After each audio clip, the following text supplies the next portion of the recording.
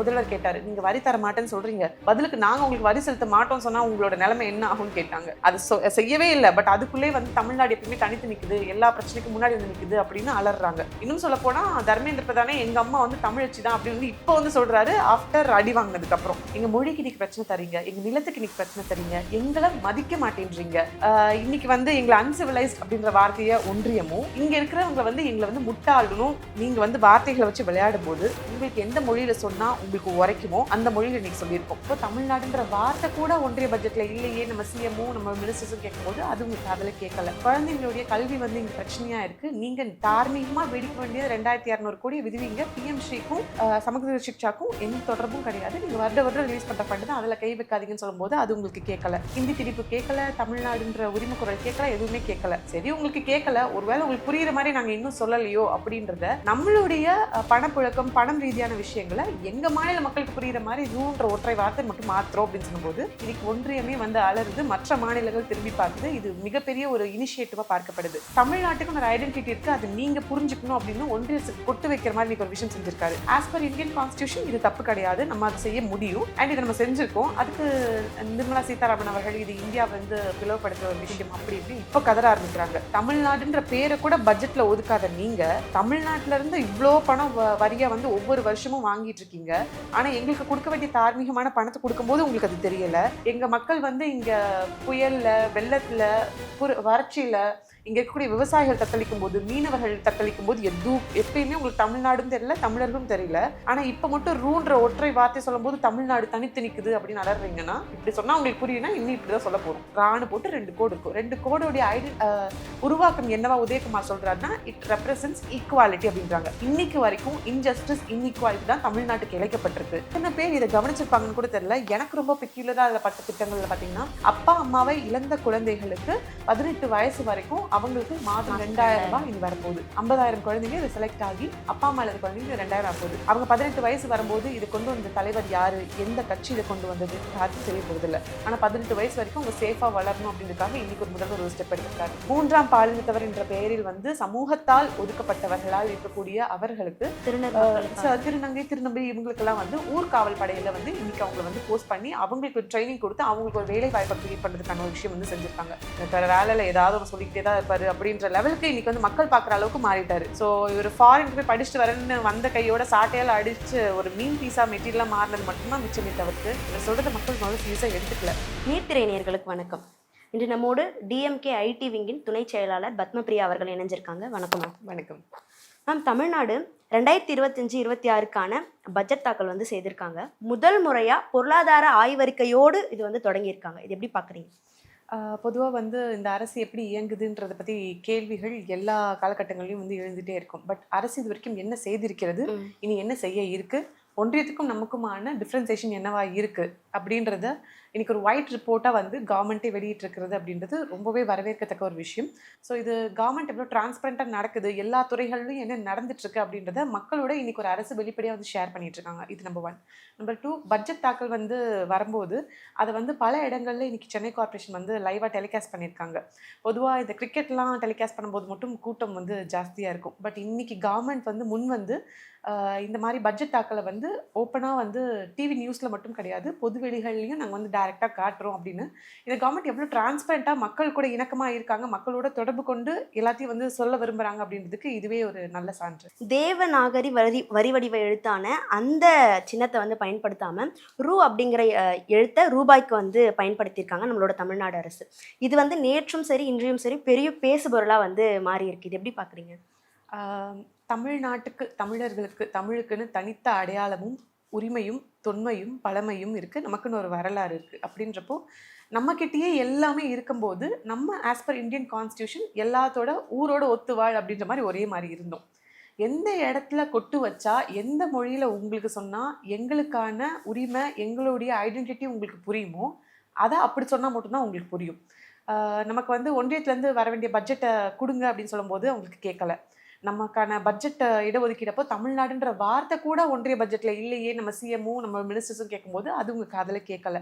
குழந்தைங்களுடைய கல்வி வந்து இங்க பிரச்சனையா இருக்கு. நீங்க தார்மீகமா வெடிக்க வேண்டியது 2200 கோடி விடுவீங்க. பிஎம் ஸ்ரீக்கும் சமூக சிக்ஷாக்கும் எந்த தொடர்பும் கிடையாது. நீங்க வருடம் ரிலீஸ் பண்ற ஃபண்ட் தான், அதுல கை வைக்காதீங்கன்னு சொல்லும்போது அது உங்களுக்கு கேட்கல. ஹிந்தி திணிப்பு கேட்கல, தமிழ்நாடுன்ற உரிமை குரல் கேட்கல, எதுவுமே கேட்கல. சரி, உங்களுக்கு கேட்கல, ஒருவேளை உங்களுக்கு புரியுற மாதிரி நாங்க இன்னும் சொல்லலையோ அப்படின்றத நம்மளுடைய பணப்புழக்கம், பணம் ரீதியான விஷயங்களை எங்க மாநில மக்களுக்கு புரியுற மாதிரி ரூன்ற ஒற்றை வார்த்தை மட்டும் மாத்திரம் அப்படின்னு சொல்லும்போது இன்னைக்கு ஒன்றியமே வந்து அலறுது, மற்ற மாநிலங்கள் திரும்பி பார்க்குது. இது மிகப்பெரிய ஒரு இனிஷியேட்டிவா பார்க்கப்படுது. காரணம், ஒன்றியத்துக்கு இது நம்மளுடைய தலைமை மாண்பையும் நம்மளுடைய உரிமையையும் நிலைநாற்ற ஒரு உரிமை குரலை தான் இது மாற்றிருக்குமே தவிர்த்து we are not against central government. But எந்த நிலையிலையும் தமிழ்நாடுன்ற விஷயத்த நாங்கள் விட்டு கொடுக்க மாட்டோம் அப்படின்னு இன்னைக்கு தமிழ்நாட்டோட முதல்வராக மட்டும் இல்லை, இந்த தலைமுறையின் தலைவரா தமிழ்நாட்டுக்கு ஒரு ஐடென்டிட்டி இருக்கு, அது நீங்க புரிஞ்சுக்கணும் அப்படின்னு ஒன்றிய அரசுக்கு கொட்டு வைக்கிற மாதிரி இன்னைக்கு ஒரு விஷயம் செஞ்சிருக்காரு. ஆஸ் பர் இந்தியன் கான்ஸ்டியூஷன் இது தப்பு கிடையாது, நம்ம அதை செய்ய முடியும். அண்ட் இதை நம்ம செஞ்சிருக்கோம். அதுக்கு நிர்மலா சீதாராமன் அவர்கள் இது இந்தியா வந்து பிளவுபடுத்துற ஒரு விஷயம் அப்படி இப்படி இப்போ கதற ஆரம்பிக்கிறாங்க.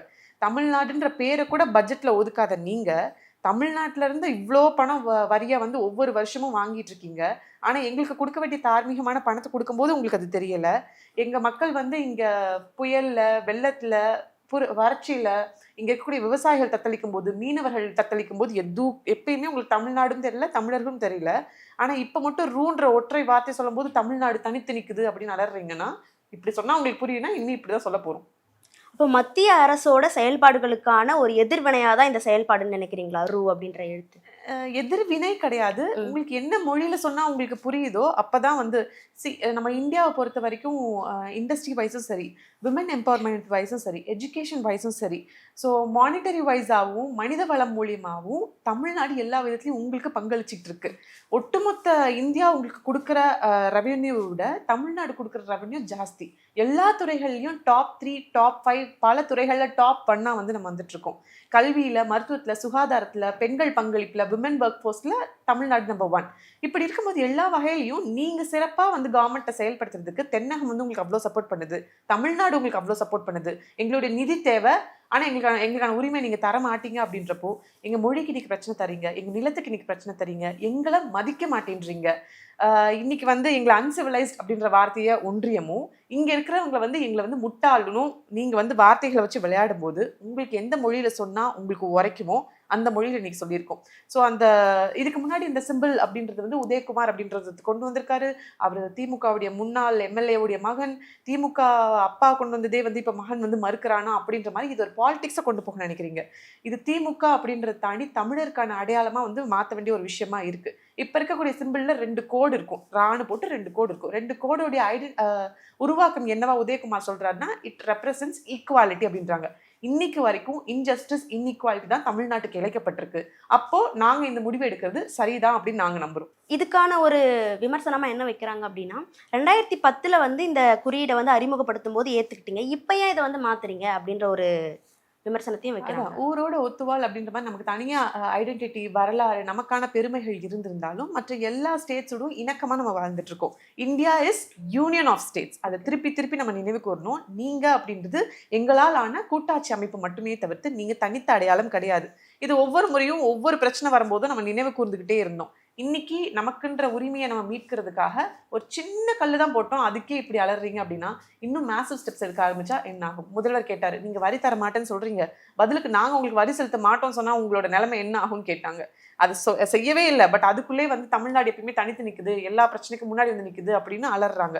டீலிமிட்டேஷன் நாங்கள் கொண்டே வரல, ஆனா நீங்க இப்பவே அதை பத்தி பேசுறீங்கன்னு. வரக்கூடிய பிரச்சனையை முன்னாடி நீங்க இதை தான் செய்ய போறீங்கன்ற அறிஞ்சிட்டு தான் எங்களுடைய தலைவர் அவர்கள் முதல் ஸ்டெப்பை எடுத்து வைக்கிறாங்க. ஹிந்தி இம்போஸ் பண்ணாதீங்கன்னு நம்ம தாத்தா காலத்துல இருந்து பேசிட்டு இருக்கோம். இன்னைக்கு வரைக்கும் வந்து ஹிந்தியும் சான்ஸ்கிரிட்டையும் இம்போஸ் பண்ணிக்கிட்டே தான் இருக்காங்க. இன்னைக்கு வரைக்கும் நம்ம மாநிலம் போராடிக்கிட்டே இருக்கு. பல மாநிலங்கள்ல தாய்மொழியை இழந்துட்டாங்க. இன்னைக்கு நம்ம முதல்வர் அவர்கள் ஹிந்தியை இம்போஸ் பண்ணாதீங்க, தமிழுக்கான விஷயத்த வந்து முன்னிலைப்படுத்துக்குன்னு கேட்கும்போது தமிழை மட்டும் கேட்கல, இங்க போஜ்புரி பேசுறாங்க, மைத்திலியை பேசுறாங்க, ராஜஸ்தானி வந்து மிஸ் ஆயிட்டு இருக்குன்றத சொல்றாங்க. ஸோ ஹிந்தி புகுந்ததுனால் மற்ற மாநிலத்துல தாய்மொழி அழிக்கப்பட்டதை வித் எவிடன்ஸோட நம்ம காட்டுறோம். இன்னும் சொல்ல போனா இந்தியன் லாங்குவேஜ் பத்தின அறிக்கையை கொடுக்கக்கூடிய ஒன்றிய அரசுக்கு சொல்றாங்க 200 220 லாங்குவேஜஸ் வந்து இந்தியால இருந்து அழிஞ்சிருச்சு. அண்ட் சில லாங்குவேஜஸ் வந்து எக்ஸ்டிங்ஷன்ல இருக்கு அப்படின்னு சொல்லிட்டு யூனிசெஃப் முதற்கொண்டு அந்நிய இதெல்லாம் வந்து நம்மளுடைய நாட்டை பார்த்து குறை சொல்ற அளவுக்கு இன்னைக்கு மாறிடுச்சு.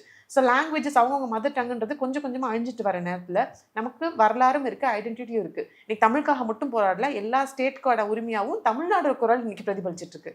Okay ma'am. மத்திய அரசு கல்விக்காக தமிழ்நாட்டுக்கு தரப்படாத 2000 கோடியை தமிழ்நாடு அரசை ஏத்துக்கும் அப்படின்னு சொல்லி நிதியமைச்சர் வந்து பேசியிருக்காரு. ஸோ இன்னைக்கு இந்த நிதி அறிவிப்புல வந்து பாத்தீங்கன்னா 2200 கோடி ஒன்றிய அரசு தரலனாலும் பரவாயில்ல, எங்க பிள்ளைங்களோட கல்வி தங்கு தடை இல்லாமல் நடக்க தமிழ்நாடு பட்ஜெட்ல இருந்து, தமிழ்நாடோட ஃபண்ட்ல இருந்து நாங்க அந்த 2200 கோடியை கொடுக்குறோம் அப்படின்னு சொல்லிட்டு இன்னைக்கு நம்மளுடைய மாண்பு அமைச்சர் தங்கம் தென்னரசு அவர்கள் சொல்லியிருக்காங்க. இது ரொம்ப மனதார வரவேற்க வேண்டிய ஒரு விஷயம். இன்னும் சொல்ல போனா இந்த ஒட்டுமொத்த பட்ஜெட்லேயே டாப்ல எது இருக்கு அப்படின்னு பார்த்தோம்னா கிட்டத்தட்ட 45,000 இருந்து 50,000 கோடி வந்து நம்ம குழந்தைங்களோட கல்விக்காக மட்டுமே செலவழிக்க போறோம். ஸோ வந்து மொத்த பட்ஜெட்ல முதல் இது எதுக்காக விட்டுருக்கோம் அப்படின்னா எஜுகேஷனுக்காக விட்டுருக்கோம். ஸோ இதனால அது நமக்கு ஓட்டரஸ்ல மாறப்போதான்னு கேட்டால் டெஃபினட்டா கிடையாது. காலை உணவு திட்டம்ல ஆரம்பிச்சு ஸ்கூலை வந்து எம்பவர் பண்றதுக்கு சயின்ஸ் அண்ட் டெக்னாலஜி லேப்ஸ் எல்லாம் இம்ப்ரூவ் பண்றதுல இருந்து பில்டிங்ஸை கொண்டு வரதுல இருந்து ஆசிரியருக்கான அமௌண்ட்ல இருந்து எல்லாமே தான் இதுக்குள்ள அடங்க போகுது. அப்படின்றப்போ இதெல்லாம் ஓட்டரஸ்ல மாறப்போதான்னு கேட்டா இல்லை. ஆனா எதுக்காக இந்த பட்ஜெட்ல இவங்க பண்ணியிருக்காங்க அப்படின்னு பாத்தீங்கன்னா நாளைய சமுதாயம் படித்த சமூகமாக, தமிழ் சமூகமாக வெளியில வரணும் அப்படின்றதுக்காக தான் எஜுகேஷனுக்கு டாப் ப்ரியாரிட்டி கொடுத்து இந்த பட்ஜெட் மொத்தத்திலையும் பாத்தீங்கன்னா 2 முக்கியமான விஷயம். ஒன்று, அதிகமாக ஃபண்ட் ஒதுக்குனது எஜுகேஷனுக்காக, முக்கியமாக ஸ்கூல் அண்ட் காலேஜ் கோயிங் சில்ட்ரன்ஸ்க்காக. 2வது விஷயம் பார்த்தீங்கன்னா பட்ஜெட்டை வாசிக்க ஆரம்பிக்கும் போதே மாண்பு அமைச்சர் தங்கம் தென்னரசு வந்து எதில் ஆரம்பிச்சிருக்காருன்னு பார்த்தா 500 நூல்களை டிரான்ஸ்லேட் பண்ணணும், திருக்குறளை வந்து இன்னும் 45 நாடுகள்ல மொழிகள்ல நம்ம வந்து டிரான்ஸ்லேட் பண்ணணும், கீழடி அகழ்வாராய்ச்சிக்கு வந்து நம்ம வந்து பணம் ஒதுக்கணும் அப்படின்னு சொன்னாங்க. எல்லா உலக மேடைகள்லையும் வந்து திருவள்ளூரையும் திருக்குறளையும் தமிழையும், இன்னும் சொல்ல போனா தர்மேந்திர பிரதானே எங்க அம்மா வந்து தமிழச்சி தான் அப்படின்னு வந்து இப்போ வந்து சொல்றாரு ஆஃப்டர் அடி வாங்கினதுக்கு அப்புறம். ஸோ தமிழர்களோட தொன்மையை வெறும் பாலிடிக்ஸ்க்காக ஊர்கா மாதிரி தொட்டிட்டு இருக்கக்கூடிய ஒன்றிய பாஜக அரசு தமிழர்களுக்காக இனி வரைக்கும் என்ன பண்ணியிருக்காங்க கேட்டால் ஒன்றுமே கிடையாது. ஆனால் நம்ம பட்ஜெட் வாசிக்க ஆரம்பிக்கும் போதே மக்கள் பெருசாக கவனம் செலுத்தாத ஒரு விஷயத்துலேருந்து ஆரம்பிச்சிருக்காங்க. ஆனால் இதுதான் நம்மளுடைய ஆணிவேர் அப்படின்றது இனி வரும் நாட்களில் எல்லாருக்குமே புரியும். நம்மளுடைய நூலை பாதுகாக்கிறாங்க, நம்மளுடைய திருக்குறளை உலகம் முழுக்க கொண்டு போய் சேர்க்குறாங்க, கீழடி அகழ்வாராய்ச்சி செய்யறது மூலிமா இரும்போட காலம் வந்து தமிழ்நாட்டிலேருந்து ஆரம்பிச்சதுன்னு இன்னைக்கு ஒரு விஷயம் பேசுற பொருளாக மாறி இருக்கு. ஆனால் இதை இந்தியாவில் இருக்க யாரும் கொண்டாடல, உலக அரங்கம் கொண்டாடுது, ஆனால் இந்தியா கொண்டாட மறுக்குது. ஸோ மறுக்கப்படுற உரிமைகளை நாம இன்னும் ஸ்ட்ராங்காக நிலைநாட்டணும் அப்படின்றது தான் கல்விக்காகவும் நம்ம உரிமைக்காகவும் நம்மளுடைய ஐடென்டிட்டிக்காகவும் இந்த கவர்மெண்ட் இவ்வளோ செலவு பண்ணுது அப்படின்றது இன்னைக்கு பட்ஜெட்லேருந்து ஈஸியாக தெரிஞ்சிருச்சு. மேலும் எல்லாருக்கும் எல்லாம் அப்படின்ற அந்த வாசகத்தோட இந்த நிதிநிலை அறிக்கையை வந்து தொடங்கியிருக்காங்க. ஆமா, எல்லாருக்கும் எல்லாமுமா இந்த பட்ஜெட்ல வந்து சொல்லப்பட்டிருக்கு அப்படின்னு நினைக்கிறீங்களா? நிச்சயமா. முதல்வர் அவர்கள் வந்து எல்லோருக்கும் எல்லாம் அப்படின்னு சொல்லும்போது இது பெரும் பேசும் பொருளா வந்து மாறிச்சு. என்னத்தை எல்லோருக்கும் எல்லாம் அப்படின்னு சொல்லிட்டு ஒவ்வொரு இதையும் வந்து குறை சொல்லிட்டே இருந்தாங்க. எந்த திட்டம் வந்தா வந்து விமர்சிக்க ஆரம்பிச்சாங்களோ அந்த விடியல் பயணமா இருக்கட்டும், காலை உணவு திட்டமா இருக்கட்டும், மகளிருக்கான உரிமை தொகையை உங்களால கொடுக்கவே முடியாதுன்னு விமர்சிச்ச இடத்துல இருந்து தமிழ்நாட்டில் சக்சஸ்ஃபுல்லா இருந்தது மட்டும் இல்லாம அண்டை மாநிலங்களுக்கும் அது பரவி இருக்கு. டெல்லி வரைக்கும் போய் ஆட்சி பிடிக்கிற அளவுக்கு இது உரிமை தொகை அப்படின்றது வந்து ஒரு பெக்யூலியரான ஒரு திட்டமா மாறி இருக்கு. இன்னும் சொல்ல போனா காலை உணவு திட்டம் மாதிரியான திட்டம் அண்டை மாநிலங்கள் தாண்டி உலக அரங்குல மற்ற நாடுகள் பார்த்து இப்ப காப்பி பண்ற லெவலுக்கு, காப்பின்னு சொல்ல முடியாது, நம்மளை பார்த்து அவங்க வந்து பிடிச்சு போய் அதை அவங்க வந்து எடுத்துக்க ஆரம்பிச்சிருக்காங்க, அடாப்ட் பண்ண ஆரம்பிச்சிருக்காங்க. ஸோ எந்த திட்டம் வந்து சாத்தியமே இல்லைன்னு சொன்னாங்களோ அந்த திட்டம் எவ்வளவு சக்சஸ்ஃபுல்லா போயிட்டு இருக்குன்னு பார்த்துட்டு இருக்காங்க. இந்த பட்ஜெட்ல அதிகமா ஒதுக்கி இருக்காங்க. எல்லோருக்கும் எல்லாம் அப்படின்றது வந்து ஓட்டரசியலுக்கு அப்பாற்பட்டு ஒரு நல்ல தலைவரால் தந்தையால் கொண்டு வரப்பட்ட திட்டம்னால எத்தனை பேர் இதை கவனிச்சிருப்பாங்கன்னு கூட தெரியல. எனக்கு ரொம்ப பெக்யூலரா அதில் பட்ட திட்டங்கள்ல பார்த்தீங்கன்னா அப்பா அம்மாவை இழந்த குழந்தைகளுக்கு 18 வயசு வரைக்கும் அவங்களுக்கு மாதம் 2000 ரூபாய் இனி வரப்போகுது. 50,000 குழந்தைங்க இதை செலக்ட் ஆகி அப்பா அம்மா இல்லாத குழந்தைங்க 2000 வரப்போகுது. அவங்க 18 வயசு வரும்போது இதை கொண்டு வந்த தலைவர் யாரு, எந்த கட்சி இதை கொண்டு வந்தது யாருக்கும் தெரிய போறது இல்லை. ஆனா 18 வயசு வரைக்கும் அவங்க சேஃபா வளரணும் அப்படின்றதுக்காக இன்னைக்கு ஒரு முதல்வர் ஒரு ஸ்டெப் எடுத்திருக்காரு. 3ஆம் பாலினத்தவர் என்ற பெயரில் வந்து சமூகத்தால் ஒதுக்கப்பட்டவர்களால் இருக்கக்கூடிய அவர்களுக்கு திருநங்கை திருநம்பி இவங்களுக்கெல்லாம் வந்து ஊர்காவல் படையில வந்து இன்னைக்கு அவங்களை வந்து போஸ்ட் பண்ணி அவங்களுக்கு ஒரு ட்ரைனிங் கொடுத்து அவங்களுக்கு ஒரு வேலை வாய்ப்பை கிரியேட் பண்றதுக்கான ஒரு விஷயம் வந்து செஞ்சிருக்காங்க. இப்படி கல்வி, மருத்துவம், சுகாதாரம், ஆண் பெண் அப்படின்றத தாண்டி முதியவர்களுக்கும் வந்து இப்போ நிறைய ஹோம்ஸ் டெவலப் பண்றது, அவங்களுக்கான மன உளைச்சல் ரீதியான பிரச்சனைகளுக்கு வந்து பார்க்கறது, சுற்றுச்சூழல்ல ஆரம்பிச்சு தாய் தந்தை இழந்த குழந்தைகள் ஆரம்பிச்சு 3ஆம் பாலினத்தவர் வரைக்கும் எல்லாருக்குமான பட்ஜெட்டை வந்து ஒதுக்கியிருக்காங்க. இது தனித்துவமான பட்ஜெட் அப்படின்றத தாண்டி ஆல்ரெடி வந்து ஃபார்மிங்க்கும் இந்த மாதிரி ஒரு பட்ஜெட்டை கொண்டு வந்தாங்க. நேற்று நிதிநிலை அறிக்கைன்னு ஒன்று கொடுத்தாங்க. இன்னைக்கு இந்த மாதிரி விஷயம் கொண்டு வந்திருக்காங்க. இனி அடுத்து வரக்கூடிய சமூகம், அடுத்து வரக்கூடிய தலைமுறை இப்படி ஒரு கவர்மெண்ட் இருக்கு, நம்ம இதை பார்த்து வந்து பண்ணலாம் அப்படின்னு மற்ற ஸ்டேட் வந்து காப்பி கூடாது, ரிசோர்ஸ்ஃபுல்லாக எடுத்து ஒர்க் பண்ற அளவுக்கு ஒரு நல்ல பட்ஜெட் வந்து இன்னைக்கு தமிழ்நாடு ரிலீஸ் பண்ணியிருக்கு.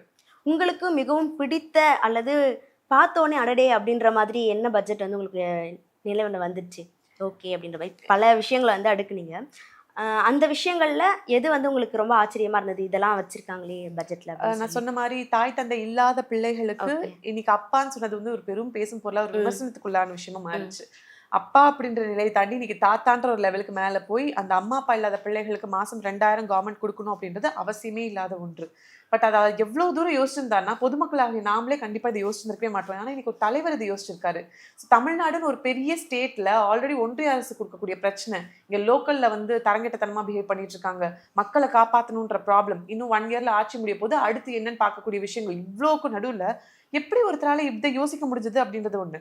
2வது இந்த ஆட்சி வந்ததுலேருந்து குழந்தைகளுக்காகவும், பெண்களுக்காகவும் பிரத்யேகமா நெறைய திட்டம் கொண்டு வந்துட்டு இருக்காங்கன்னு இப்போ வந்து பார்த்தீங்கன்னா, தோழி விடுதி திட்டம் வந்து இன்னும் எக்ஸ்டென்ஷன் பண்ண போறாங்க. அது ரொம்ப அமேசிங்கான ஒரு விஷயம். படிச்சுட்டேன். ஆனா வந்து சிட்டிக்கு போய் என்னால வேலை பண்ண முடியாது. உன்ன எப்படி நம்பி அனுப்புறது சொந்தக்காரங்க வீட்டுக்கு? ஆர் எங்க போய் தங்குவேன்னு சொல்லிட்டு நெறைய பெண் பிள்ளைகளோட கனவு பாழா போகுது பார்க்க முடியுது. இன்னைக்கு தோழி விடுதி திட்டம் வந்து இன்னும் 9 மாவட்டங்களுக்கு வந்து இன்க்ரீஸ் பண்ணியிருக்காங்க. ஸோ கிட்டத்தட்ட ஒரு 20 தோழி விடுதி திட்டம் தமிழ்நாடு முழுக்க செயல்பட போது. அப்ப 20ல அட்லீஸ்ட் ஒரு 50 பெண்கள் தங்க ஆரம்பிச்சா, எத்தன நம்பர் ஆஃப் பெண்கள் அங்கிருந்து மேல வரலாம் அப்படின்னு நம்மளால கணக்கிட முடியும்.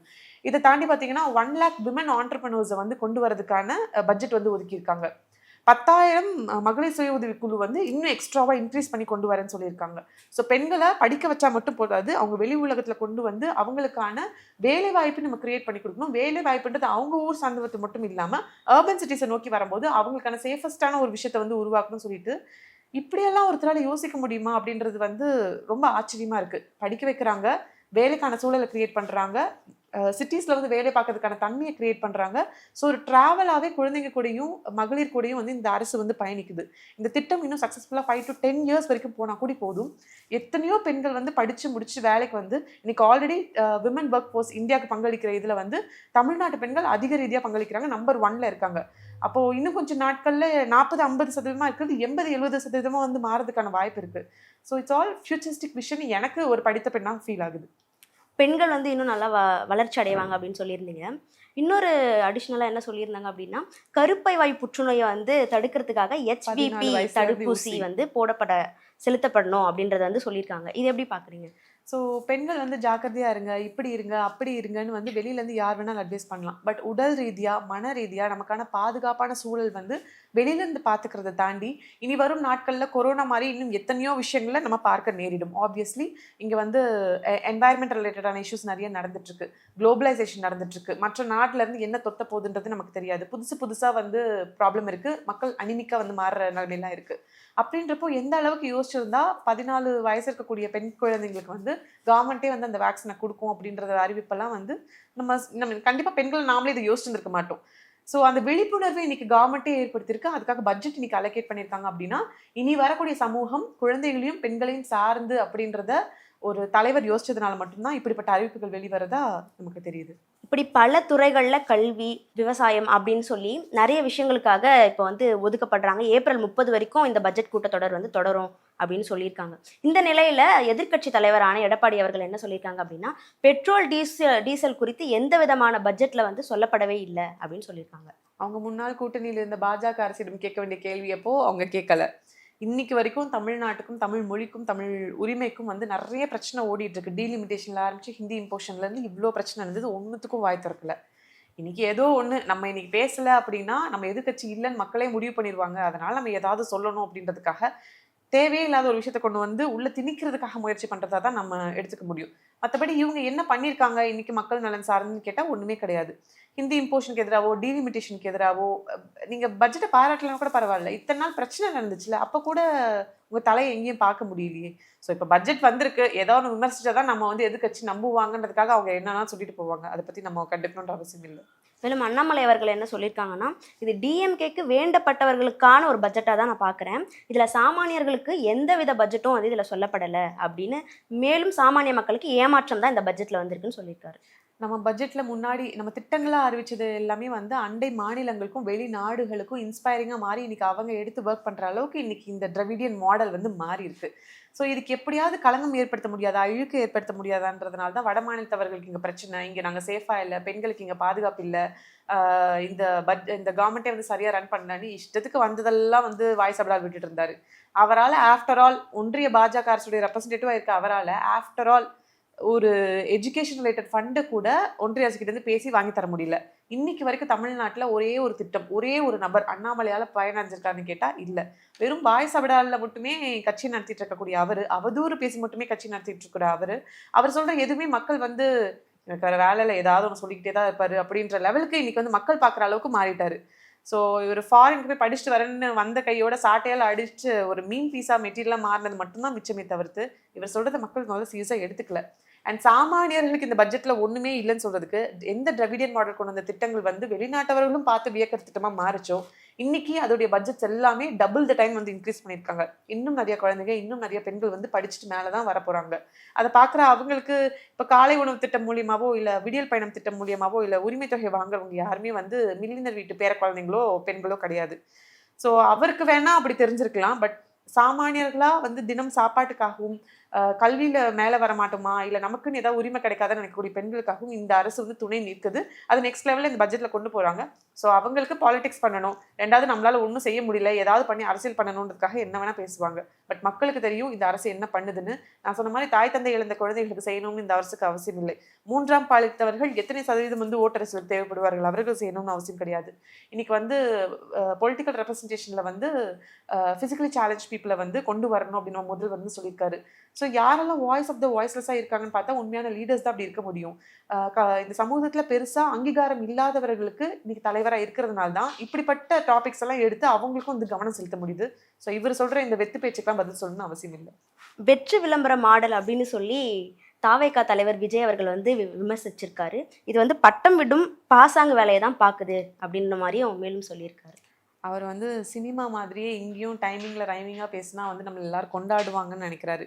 எஸ், அவருக்கு ஒரு ஃபேன் ஃபாலோவிங் இருக்குது. பிகாஸ் அவர் பண்ண தொழிலில் நல்ல முறையில் இருந்ததுனால அவருக்கு இந்த ஃபேன் ஃபாலோவிங் இருக்குது, நாங்கள் அதை மதிக்கிறோம். பட் நல்ல ஆக்டராக மட்டுமே இருந்தாரே தவிர்த்து நல்ல லீடராக எப்போ மாறுவீங்க அப்படின்னா இங்கே இருக்கிறதுலே வந்து நோண்டிட்டு குறை சொல்லிட்டு இருக்கிறது இல்லாமல் இந்த வெத்து விளம்பரம்னு ஒன்று சொல்கிறாருல, இந்த வெத்து விளம்பரம் நம்ம செய்யலை. பல லட்சக்கணக்கான மக்களுடைய வாழ்வாதாரம் இன்னைக்கு மாறிக்கிட்டே இருக்குது. படிப்படியாக அது வாழ்வாதாரம் மாற்றவங்களுக்கு தெரியும், வெளியிலேருந்து ஃபேன்சி காரில் போயிட்டு வர்றவங்களுக்கு வந்து அது வந்து புரியாது. இதே வெத்து விளம்பரத்துக்காக ஒன்றிய பாஜக அரசு தார்மீகமாக சிட்டிசன்ஸ்க்கு போய் சேர வேண்டிய பணத்தை கோடிக்கணக்கில் ஊழல் பண்ணி வெறும் பொய் விளம்பரம் செஞ்சாங்க. அதை பற்றி ஏன் விஜய் அவர்கள் இன்னைக்கு வரைக்கும் விமர்சனம் செய்யவே இல்லை? இன்னைக்கு வரைக்கும் விஜய் அவர்கள் நல்ல தலைவராக இருக்கும் பட்சத்தில் எல்லா தலைவர்களையும் எல்லா ஆட்சியையும் தான் குறை சொல்லி வந்திருக்கணும், மக்களுக்கான எல்லா பிரச்சனையும் தான் முன் வச்சு வந்திருக்கணும். எந்த பிரச்சனைக்காக முன் வச்சு இன்னைக்கு வரைக்கும் அவர் களத்தில் நின்றுருக்காரு? Answer nothing. எந்த தலைவர்களை வந்து அவர் வந்து விமர்சிச்சிருக்காரு அப்படின்னு பார்த்தீங்கன்னா நல்லா பார்த்தீங்கன்னா பிஜேபியும் தொட்டிருக்க மாட்டார், ஏடிஎம்கேயும் தொட்டிருக்க மாட்டார், யாரையுமே தொட்டிருக்க மாட்டார். அவர் ஃபுல் டார்கெட் அஜெண்டா அப்படின்னு பார்த்தீங்கன்னா டிஎம்கே மட்டும்தான். ஸோ ஆட்சியில் இருக்கும் அப்படின்றத தாண்டி அவர் இந்த தாக்குதல் மூலம் தான் ஒரு பொலிட்டிக்கல் பிளாட்ஃபார்முக்குள்ள பொலிட்டிக்கலாக ஷைன் ஆக முடியும்னு அவர் நம்புறாரு.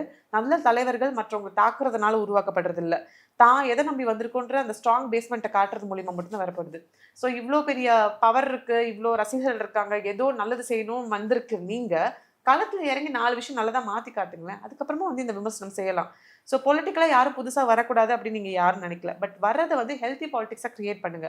அதை விட்டுட்டு ஏதோ அஜெண்டா பேஸ் பண்ணி மட்டும் ஒர்க் பண்ண வேண்டாம் அப்படின்றது தான் எங்களுடைய தாழ்மையான கருத்தாக இருக்குது. ஸோ வெத்து பேப்பரு அப்படி இப்படின்னு சொல்கிறத விட்டுட்டு இங்கே எவ்வளோ பெரிய டிரான்ஸ்ஃபர்மேஷன் நடந்துட்டு இருக்கு அப்படின்றத கீழ் லெவலில் இருக்கிற மக்களுக்கு தெரியும். நீங்கள் அவங்க கூட சேர்ந்து பயணிக்கும் போது அந்த டிரான்ஸ்ஃபர்மேஷன் என்னன்றதை உங்களால் கண்ணார பார்க்க முடியும். பூனை கண்ணை மூடிச்சுன்னா இருட்டா இருக்கிற மாதிரி தான் இன்னைக்கு அவரோட சுச்சுவேஷன் இருக்கு. ஸோ அஜெண்டா பேஸ் பண்ணி ஒர்க் பண்றாரு, அதுக்கு மேலே அவர்கிட்ட சொல்றதுக்கு ஒன்றும் இல்லை. உங்களால சப்போர்ட் பண்ண முடியலனா கூட பரவாயில்ல, ஒப்போஸ் பண்ணாம இருங்க. நிறைய நல்ல விஷயங்கள் இவர் தலைமையில வந்து நடந்துட்டு இருக்கு. இது வரைக்கும் பெண்களா நாங்களே யோசிக்காத விஷயத்த இன்னைக்கு ஒரு அப்பாவா தாத்தாவா இருந்து அவர் செஞ்சுட்டு இருக்காரு, HPV வேக்சின் உட்பட. யாருமே கவனத்துல கொள்ளாத மூன்றாம் பாலித்தவரும் இல்ல தாய் தந்தை இல்லாத குழந்தைகளும் இவர் வந்து பார்த்து இவ்வளவு தூரம் வந்து ஸ்டெப் எடுத்து இன்னைக்கு அறிக்கையில் அது வெளியில வர அளவுக்கு ஒரு விஷயம் பண்ணியிருக்காரு. வரலாற்றிலே முதல் முறையா ஆய்வறிக்கைன்னு ஒன்று முன்னாடி சப்மிட் பண்ணியிருக்காங்க. இத்தனை நாள் கவர்மெண்ட் எவ்வளோ தூரம் வேலை செஞ்சிருக்குன்றத ரிப்போர்ட்டாக காட்டுறதுக்கு. அண்ட் இனி வரும் நாட்களில் நான் இதெல்லாம் செய்ய போகிறேன், நாங்கள் ஆல்ரெடி சக்ஸஸ்ஃபுல்லாக கொண்டு வந்த ஸ்கீம்ஸ்க்கு இன்னும் அதிகமாக பட்ஜெட் ஒதுக்குறோம். அந்த பட்ஜெட்லையும் பெரும்பாலானது யாருக்கு கொடுக்குறோன்னு பார்த்தீங்கன்னா எஜுகேஷனுக்காகவும் சில்ட்ரனுக்காகவும் விமென்காகவும் கொண்டு வரோம்னு சொல்லி கொண்டு வந்திருக்காங்க. ஸோ காலை உணவு திட்டம்ல ஆரம்பிச்சு கட்டணமில்லா பேருந்துல இருந்து இந்த மகளிர் உரிமை தொகை வரைக்கும் பெண்களுக்கான பிரத்யேகமான திட்டம். காலை உணவுன்றது குழந்தைங்களுக்கு மட்டும் இல்ல, அதை சமைக்கிற அம்மாவுக்கும் அவங்களுடைய வேலை பளுவை குறைக்கிறாங்க. அங்கன்வாடிகளை இந்த இப்போ வந்து அதிகமா அறிவிச்சிருக்காங்க. 10,000 புது மகளிர் சுய உதவி குழுல ஆரம்பிச்சு 1 லட்சம் நியூ ஆண்டர்பிரினர்ஸை கொண்டு வரதுக்கான முயற்சியில ஈடுபட போறாங்க. கல்வியில வந்து ஸ்கூல் முடிச்சதுக்கு அப்புறம் காலேஜ் போறது வந்து எப்படின்னு பார்த்திருக்காங்க. இது எல்லாத்தையும் விட 3ஆம் பாலினத்தவர்களுக்கும் இன்னைக்கு வந்து 1000 ரூபாய் அப்படின்றது இந்த ஸ்கூல் முடிச்சு காலேஜ் போனா வரப்போகுது அப்படின்றது ஸ்பெஷலா வந்து ரிலீஸ் பண்ணியிருக்காங்க. உடனே வந்து போய் சிஎம் பார்த்து தேங்க்ஸ் சொல்லியிருக்காங்க.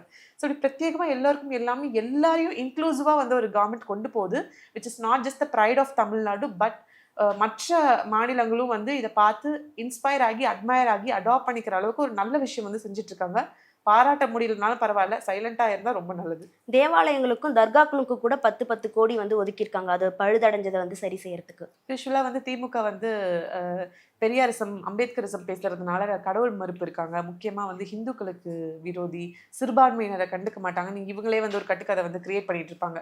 பட் ஒவ்வொரு முறையும் இணக்கமா நாங்க இருக்கோம் அப்படின்றதுக்கு once more again like budget மூலியமா வந்து ப்ரூவ் பண்ணியிருக்காங்க. ஸோ எல்லாரையும் இன்க்ளூசிவா வச்சு ஒன்னா தமிழ்நாடு அப்படின்ற ஒரு மாநிலமா வளர்றோம் அப்படின்றதுக்கு நீங்க சொன்ன இந்த விஷயமே ஒரு சான்று. இவ்வளோ நேரம் பல கருத்துக்கள் நீர்த்தடியோடு பகிர்ந்துக்கிட்டீங்க. ரொம்ப நன்றி மேம். நன்றி.